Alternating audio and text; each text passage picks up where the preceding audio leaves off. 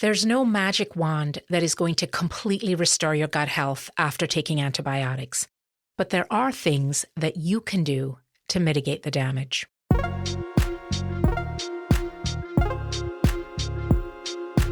I'm Dr. Robynne Chutkan, gastroenterologist, microbiome expert, and author, and I am here to help you find gut bliss.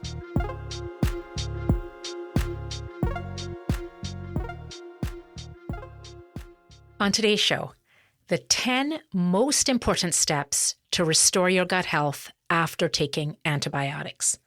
Before we begin, I want to remind you that the most important thing to do is to avoid taking the antibiotic in the first place. So if you missed it, go back to last week's episode 42, 10 questions to ask your healthcare practitioner if you have been prescribed an antibiotic. Okay, so you listened to the episode, you have voiced your desire to avoid antibiotics and bombarded your healthcare provider with all the questions I told you to ask about whether the antibiotic is absolutely necessary, what would happen if you didn't take it, etc. But the verdict is in. A course of antibiotics is definitely warranted. Now what? Although it's true that your microbiome will take a hit and it may be permanently altered, it is still possible to offset some of the damage by supporting your gut during and after the antibiotics. And that is a focus of today's episode. I'm going to start with a tip that I get the most questions about by far, and that is, what about a probiotic? Could that help? So tip number 1 is to take a probiotic during and after antibiotics. But I want to remind you that probiotics are not a magic wand for reversing the effects of antibiotics. Despite that, several studies have documented that they can be useful for decreasing side effects like antibiotic-associated diarrhea and Clostridium difficile, C. diff. And that's a bacteria that can overgrow and cause serious illness after taking antibiotics. There's also some evidence that probiotics can help to repopulate your gut with beneficial bacteria. Now, there's a caveat here because feeding your native bacteria that are already in your gut is always going to be the more productive strategy. And the probiotic that you're taking, those bacteria in the probiotic also need to be cultivated and nurtured with the right food. So some of the dietary tips I'm going to give you later on in this episode are essential, whether you are taking a probiotic or not. If you decide to take a probiotic, you should start it at the same time you start the antibiotic. But here's what else you need to know about timing. Take the probiotic dose at a time as far away from the antibiotics as possible. So for example, if you are taking an antibiotic twice daily at, let's say, 8 a.m. and 8 p.m., you should take the probiotic at 2 p.m. because that's as far away as possible from the 2 doses of antibiotics. You also should continue the probiotic for at least 1 month after finishing the course of antibiotics. What type of probiotic should you take? Probiotics that contain strains of lactobacillus and bifidobacteria are generally the most useful, as well as some of those probiotics that contain strains of the beneficial yeast Saccharomyces boulardii, and that's typically in a dose of about 500 milligrams daily of Saccharomyces. And that can be especially helpful for preventing C. diff, and Saccharomyces actually isn't susceptible to antibiotics because it's actually a fungal organism. When we come back, the other 9 tips that will help to minimize the damage to your microbiome and encourage regrowth of essential species when we come back.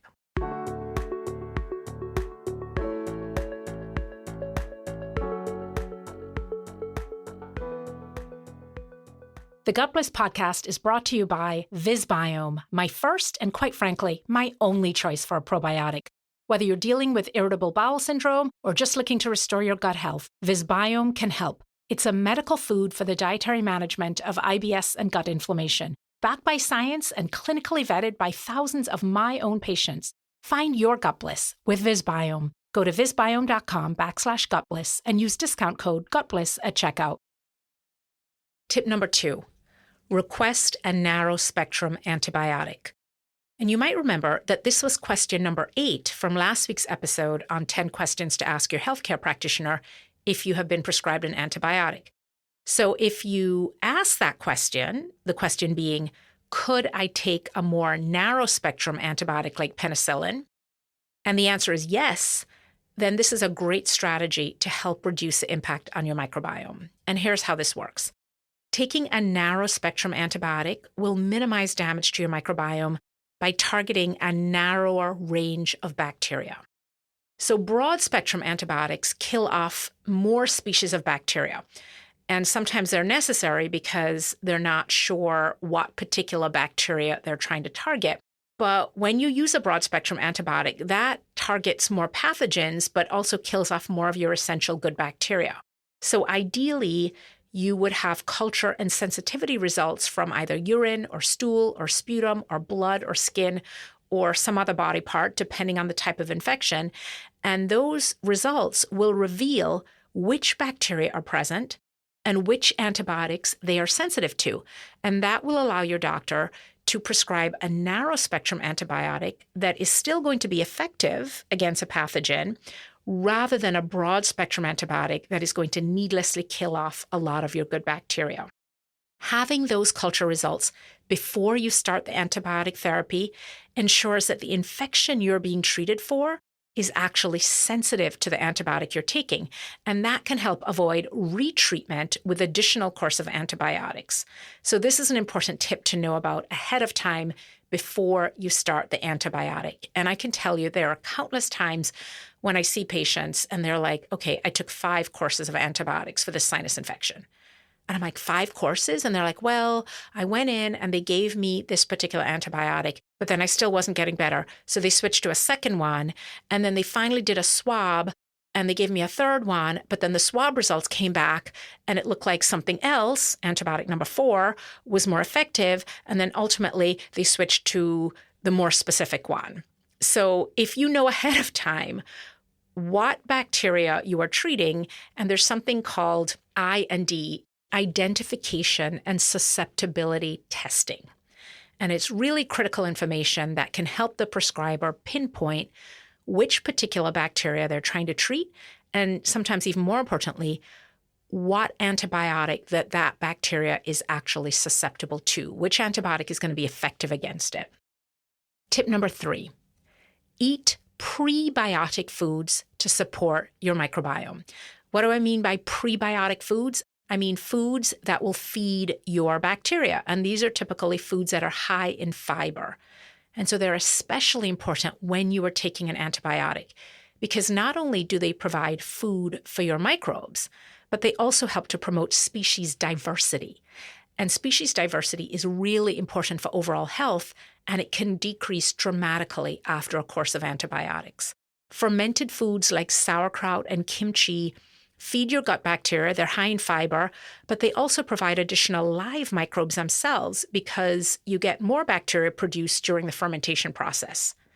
Follow my 1-2-3 rule to make sure you're getting enough microbe-boosting plant fiber each day. And that rule is 1 veggie at breakfast, 2 at lunch, and 3 at dinner. Tip number 4, eliminate sugary, starchy foods. Removing these foods from your diet is an essential part of rehabbing your microbiome during a course of antibiotics.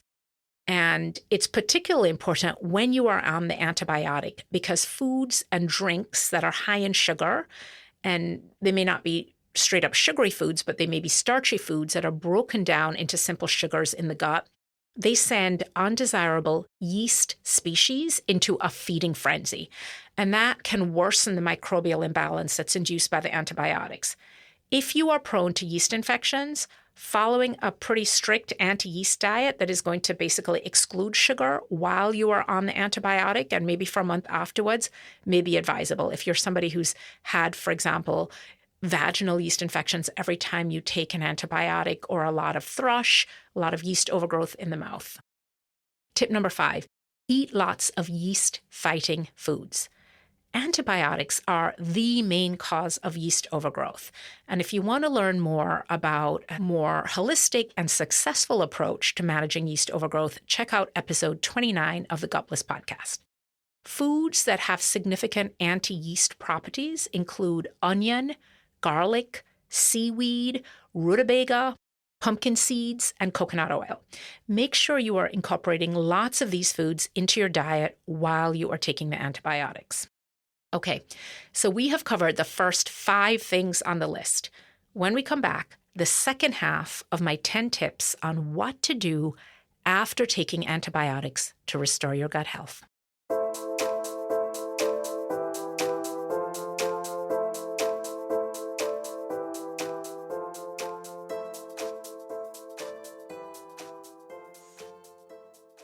Okay, we're going to work our way through the second half of the list, and tip number 6 is drink ginger tea.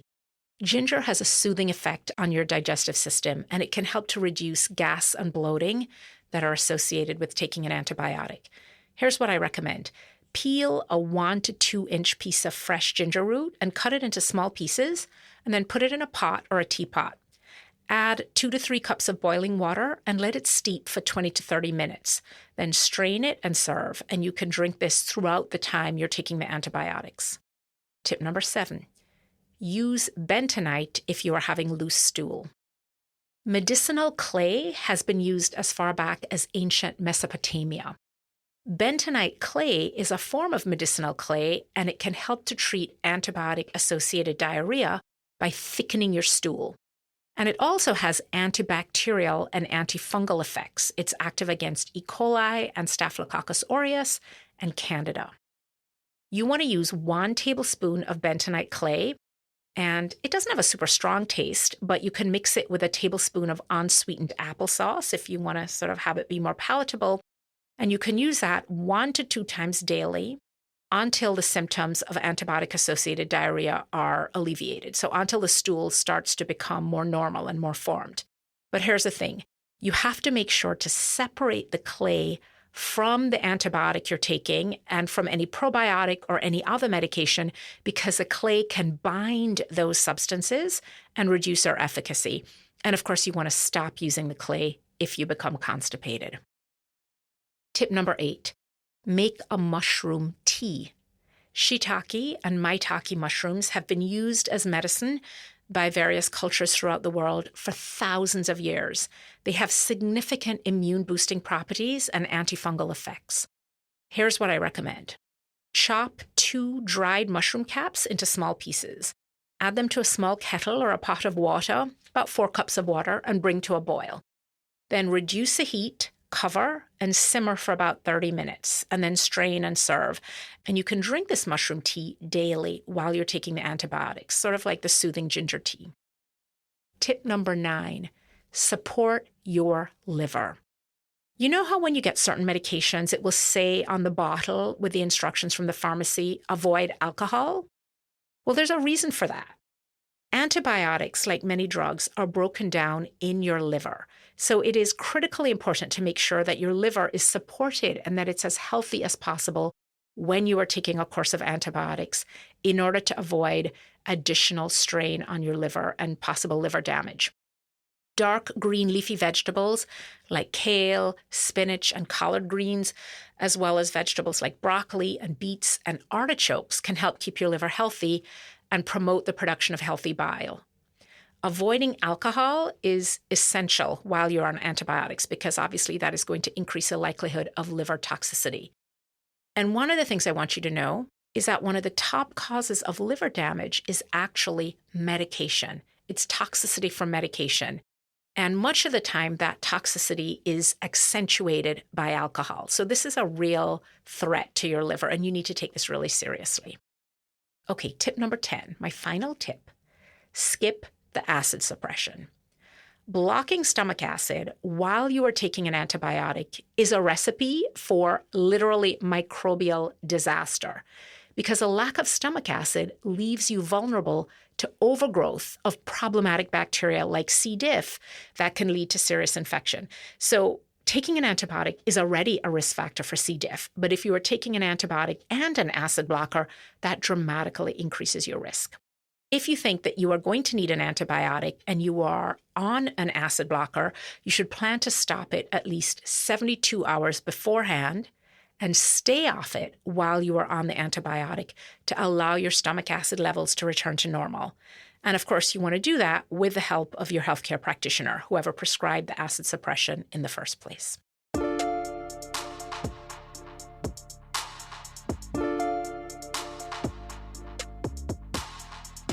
I want to leave you with 3 takeaways about restoring your microbiome and your gut health after antibiotics. Number 1, the best strategy, the most effective strategy is still to avoid taking the antibiotic in the first place, if that is at all possible. Number 2, probiotics can play a role, but you're going to get much more bang for your buck if you are also making dietary changes that includes things like cutting back on sugary, starchy foods and eating lots of fiber, because that is going to help cultivate your native population of essential bacteria, and that's also going to feed the bacteria that you're ingesting in the probiotic. And number 3, antibiotics are really hard on your gut, so this is a time to be gentle. You want to avoid things like acid suppression that can disrupt your gut even more. You want to support your liver by avoiding alcohol and eating lots of leafy greens, and you want to soothe your gut with things like ginger and mushroom teas. So that's it for this week's episode of the Gutless Podcast on 10 things to do after taking an antibiotic. Coming up next week, healthcare has turned into a retail transaction. What does that mean for you as a consumer of healthcare? What do you need to be aware of in our current era of retailization?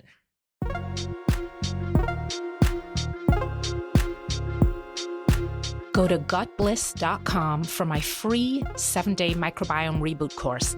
If you like what you're hearing, drop a review and hit that subscribe button. And remember, dirt, sweat, vegetables, the best prescription for a healthy gut.